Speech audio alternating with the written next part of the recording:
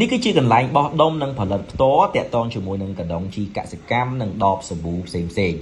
សួស្តីទៅដល់បងប្អូនទាំងអស់គ្នាដែលកំពុងតែស្វែងរកបាទសម្បកនៃការវេចខ្ចប់បាទជីកសិកម្មនិងដបសាប៊ូអាចមកមើលវីដេអូនេះបានបាទនេះគឺជាសម្បកដបនិងកណ្ដុងបាទជីកសិកម្មដែលខ្ញុំមានជាច្រើនជម្រើសសម្រាប់បងប្អូនជ្រើសរើសមានចំណោះចាប់ពី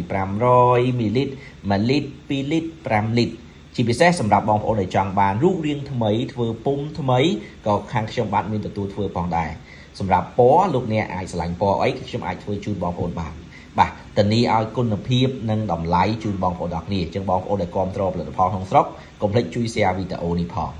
ខាងនេះវិញខ្ញុំមកបង្ហាញអំពីសម្បកដបនិងកណ្ដុងបាទគ្រាប់ច្រកជាមួយនឹងគ្រឿងក្រអូបដែលតាក់ទងជាមួយនឹងដបសាប៊ូលាងចានបាទសាប៊ូបោកគក់ទឹកក្រអូបផ្សេងៗដែលយើងមានជាច្រើនចំណោះសម្រាប់បងប្អូនជ្រើសរើសផងដែរបាទអញ្ចឹងបញ្ជាក់ជូនដែរបងប្អូនដែលគាំទ្រផលិតផលក្នុងស្រុកពលិកាមិនប្រើផលិតផលផ្ទះលេខ2បាទឥឡូវយើងមានហើយក្នុងស្រុកតែម្ដងបងប្អូនអាចពិភាក្សាព័ត៌មានមួយខ្ញុំបាទផ្ទាល់ក៏បានអាចទំនាក់ទំនងតាម page តាម TikTok តាម Telegram របស់ខ្ញុំផ្ទាល់បានបាទនេះគឺជាសកម្មភាពដែលខ្ញុំផលិតផ្ទាល់បាទជូនអតិថិជនជាប្រចាំថ្ងៃបងប្អូនឃើញហើយគុណភាពដូចក្នុងវីដេអូធានាឲ្យបងប្អូនតែម្ដងមានបញ្ហាខូចកាត់បដូរថ្មី